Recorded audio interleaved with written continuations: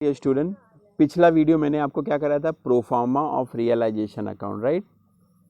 और ये किसके बेस पे है, आपका जनरल एंट्री के बेस पे, ठीक है। I hope you have completed, I hope you have written in your assignment book also. This is your assignment number 3, right, that you have to right.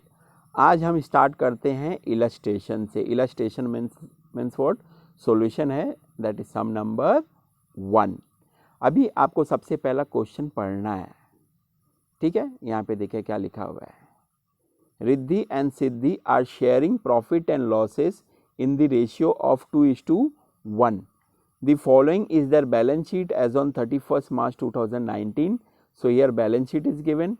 आपका लाइबिलिटी साइड में दिया हुआ है capital account Riddhi Siddhi का, reserve fund है, सिद्धि loan है, siddhis loan, then creditors, उसी तरह बिल्डिंग है, फर्नीचर है, मशीनरी है, डेटर है, आरडीडी है, स्टॉक है, इन्वेस्टमेंट है, इंटरेस्ट रिसीवेबल है, बैंक है, और इसका टोटल है दोनों साइड का 1,90,000 1,90,000। ध्यान से देखना आप। उसके बाद क्या है, the firm was dissolve on 31st March. 31st मार्च को फर्म डिजॉल्व हो गया है, राइट। उसके बाद पहला एडजस्टमेंट लिखा हुआ है, asset realise as follow. Machinery का दिया हुआ है 22,000, building 28,000, stock 38,000 and debtor 15,000, right. ये रियलाइज हुआ है, रियलाइज मतलब सोल्ड, मैंने आपको बताया था। फिर लिखा हुआ है सेकेंड वाला, Riddhi took over the investment, यानी एसेट लेके जा रही है।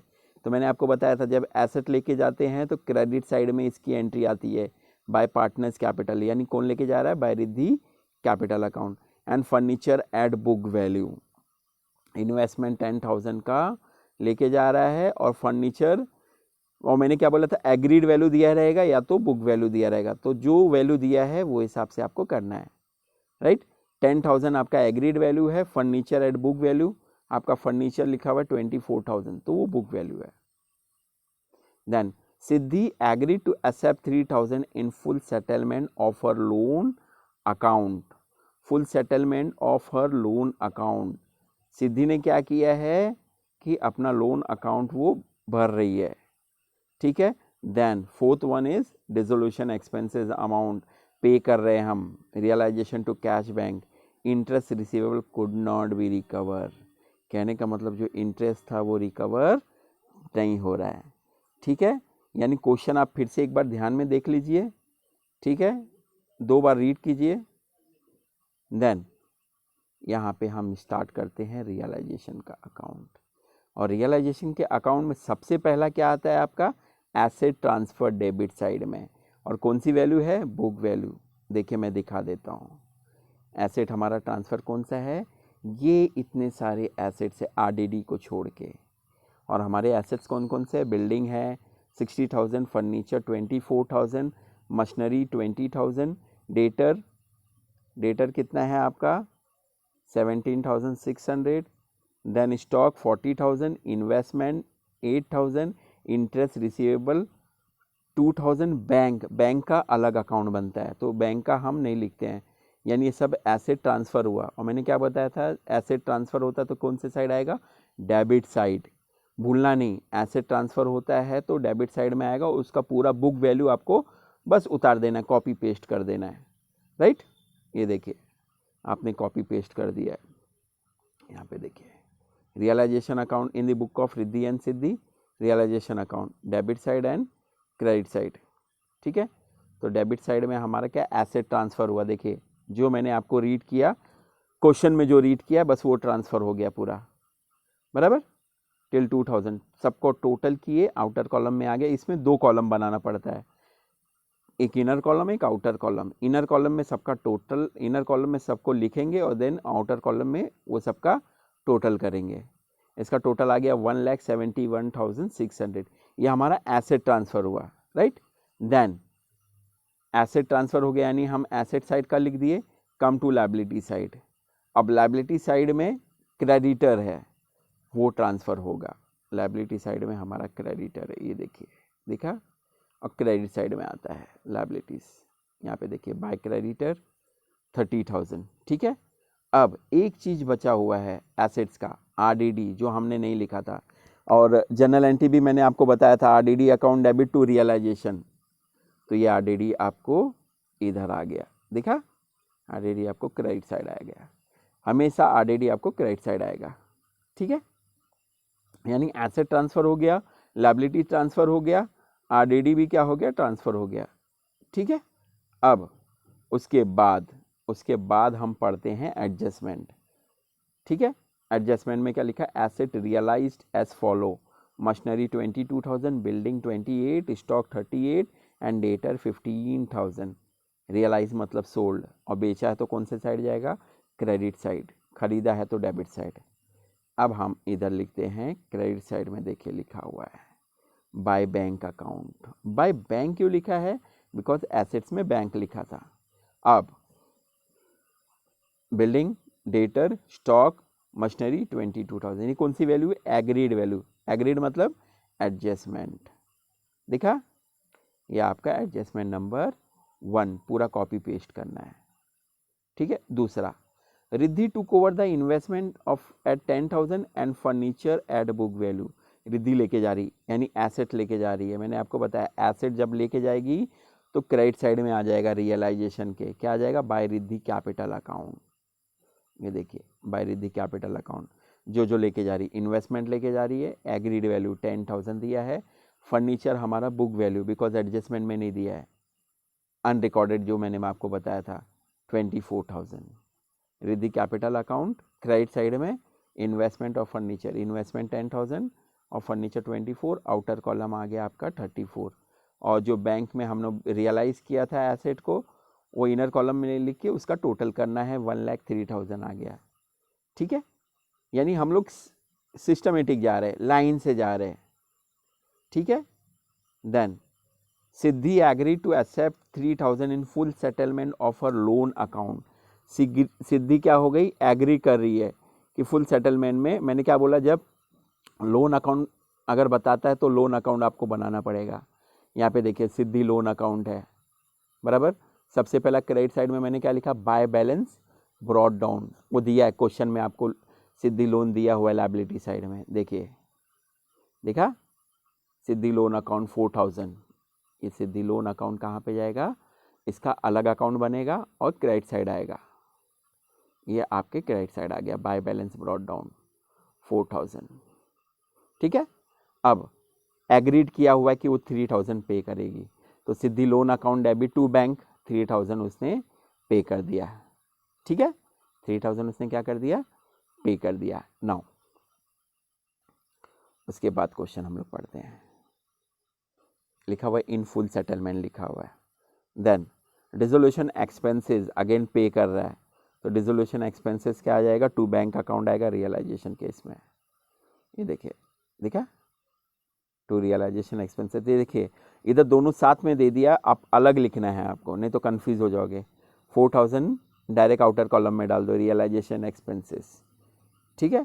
उसके बाद मैंने क्या बोला, अगर लायबिलिटीज नहीं भी दिया है तो भी आपको पे करना है, अगर दिया है तो वेल एंड गुड, पे तो करना ही है, एग्रीड वैल्यू, अगर नहीं दिया तो बुक वैल्यू। क्रेडिटर देखिए 30,000 पे करना है, तो यहाँ पे हमने लिख दिया, देखिए realisation account debit to creditor account 30,000, direct outer column में लिख सकते हैं हम लोग, टू बैंक अकाउंट और ब्रैकेट में क्रेडिटर लिख सकते हैं, ठीक है, बिकॉज पे कर रहा है लायबिलिटीज। अब यहाँ होने के बाद आपको क्या करना है, total of credit side minus total of debit side. तो सबसे पहले हम देखेंगे कौन से साइड ज़्यादा है इसमें, ठीक है। अब इसमें ज़्यादा कौन से साइड है, आपके डेबिट साइड ज़्यादा है, आपके कौन से साइड ज़्यादा है, डेबिट साइड, और क्रेडिट साइड कम है। अब इसमें एक एंट्री मैंने नहीं लिखा है, कौन सा, लोन वाली 1,000, बिकॉज यहाँ पे एग्रीड हो गया वो 3,000 भरने का, लेकिन बाकी का क्या, बाकी का भी तो पे करना ही पड़ेगा ना। तो Siddhi loan account debit to realisation, क्या आ जाएगा इसकी जगह, टू रियलाइजेशन, ये बैलेंस है ये 1,000, अगर टू रियलाइजेशन इधर है कौन से साइड, डेबिट साइड में टू रियलाइजेशन, तो रियलाइजेशन के क्रेडिट साइड में क्या आ जाएगा, बाय सिद्धि लोन अकाउंट 1,000 का। ये इसको हम क्या बोलते हैं, जो डेबिट साइड में लिखा रहता है उसका क्रॉस क्रेडिट साइड में आता है, बराबर, उससे जो रिलेटेड है, ठीक है। हमने टोटल किया, डेबिट साइड 2,05,000, 600 आ गया, और क्रेडिट साइड टोटल किया, जो भी डिफरेंस आएगा, डिफरेंस 36,000 का है, और उसका रेशियो दिया रहेगा, उसके रेशियो के हिसाब से डिस्ट्रीब्यूट करना है। अब देखिए इसका रेशियो कितना दिया हम देखते हैं। इसका रेशियो दिया हुआ है 2:1, देखा, इन the ratio profit and loss in the ratio of 2:1, यानी 2:1 के हिसाब से हमको क्या करना है, लॉस को डिस्ट्रीब्यूट करना है। तो 2:1 के हिसाब से 36,000 इंटू 2/3 आ जाएगा, तो 24 एक को मिल गया, रिद्धि को, कैलकुलेट आप कर लेना घर पे, और इसको 12,000 मिल गया। बिकॉज ये माइनर है, ये आप कर सकते हो, ये आपको समझाने की ज़रूरत नहीं है।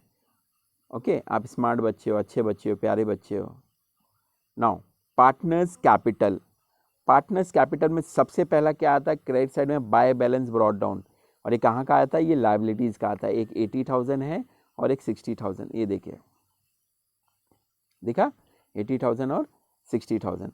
उसके बाद रिजर्व फंड, ये भी पार्टनर्स कैपिटल के क्रेडिट साइड आएगा, 16,000 है, दोनों में डिस्ट्रीब्यूट ये भी होएगा, ये दोनों में डिस्ट्रीब्यूट हुआ तो वही रेशियो पे, तो एक को 10,667 आ गया, दूसरे को 5,333 आ गया, 5,333 आ गया। ठीक है, ये साइड हो गया। अब यहाँ पे मैंने देखो टू रियलाइजेशन लिखा हुआ है, बराबर, टू रियलाइजेशन पार्टनर्स कैपिटल पे, यानी रियलाइजेशन में क्या होगा, फिर पार्टनर्स कैपिटल का नाम होएगा। देखिए टू रियलाइजेशन किसका है, रिद्धि का है। रिद्धि लेके गई थी ना, कुछ क्या लेके गई थी, एसेट लेके गई थी, इन्वेस्टमेंट, और वो दिखा, इन्वेस्टमेंट और फर्नीचर लेके गई थी, दोनों को मिला के 34 है, 4,000 है, 34,000। अब क्रेडिट साइड का मैंने क्या बोला आपको, पार्टनर्स कैपिटल के डेबिट साइड में आ जाएगा, डायरेक्ट टोटल आएगा 34,000 का। ठीक है, अब उसके बाद जो लॉस आया था, उसके बाद क्या आया था, जो लॉस आया था। ठीक है, अब ये लॉस कहाँ पे आएगा, आप बताइए लॉस कहाँ पे आएगा। लॉस इधर आएगा। अगर आपके क्रेडिट साइड में लॉस है रियलाइजेशन का, तो आपके किधर आएगा, डेबिट साइड में आएगा। कहाँ पे आ जाएगा, आपके डेबिट साइड में। ओके, और अगर प्रॉफिट है तो प्रॉफिट कौन से साइड आएगा, रियलाइजेशन के डेबिट साइड में है तो पार्टनर्स कैपिटल के आपको क्रेडिट साइड में आएगा। अंडरस्टूड, आई नो, मुझे पता है आप समझ गए होगे सब। और ये सब किसके बेस पे होएगा, ये सब पूरे जनरल एंट्री के बेस पे होएगा। ठीक है, तो जो प्रॉफिट है, प्रॉफिट क्रेडिट साइड आ जाएगा, और जो लॉस है आपको डेबिट साइड आएगा। देखिए लॉस है 24,000 का और 12,000 का जो लॉस हुआ था, इनवर्स रिलेशनशिप है। यहाँ पे आपको क्रेडिट साइड में आ गया रियलाइजेशन के, पार्टनर्स कैपिटल के डेबिट साइड। ठीक है, उसके बाद total of credit side of partners capital minus total of debit side, दोनों का, रिद्धि का और सिद्धि का। सबसे पहला हम सिद्धि का क्रेडिट साइड देखते हैं, 65,333, और हमारा डेबिट साइड में 12,000 ही है लॉस, यानी माइनस किए 65,333 माइनस 12,000, तो आपका आ गया 53,333। उसी तरह रिद्धि का आ गया 90,667 माइनस 34,000, 24,000 माइनस किए 32,667। ठीक है, ये आपका आ गया टू बैंक अकाउंट। मैंने लास्ट टाइम में भी बताया था, जो साइड का बैलेंस अगर दिखता है उस साइड बैंक आता है। तो यहाँ पे डेबिट साइड का बैलेंस है तो टू बैंक आ गया, अगर क्रेडिट साइड का बैलेंस होता तो बाय बैंक आता। Understood, then bank account.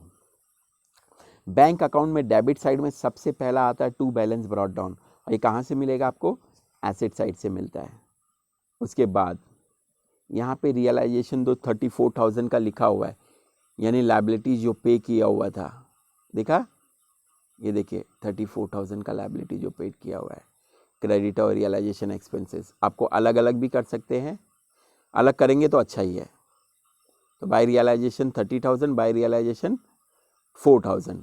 ठीक है, देन सिद्धि लोन जो पे कर रही थी 3,000 का, बिकॉज अगर इस सिद्धि लोन जो है आपका डेबिट साइड में दिया हुआ है, पे की है टू बैंक अकाउंट, उसी तरह यहाँ पे क्या आ जाएगा, बाय सिद्धि लोन अकाउंट 3000, ठीक है।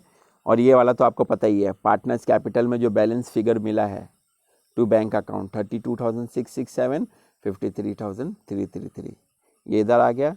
टोटल की हमारा ये आ गया क्रेडिट साइड 1,23,000, उसी तरह डेबिट साइड टोटल की है तो सेम आएगा।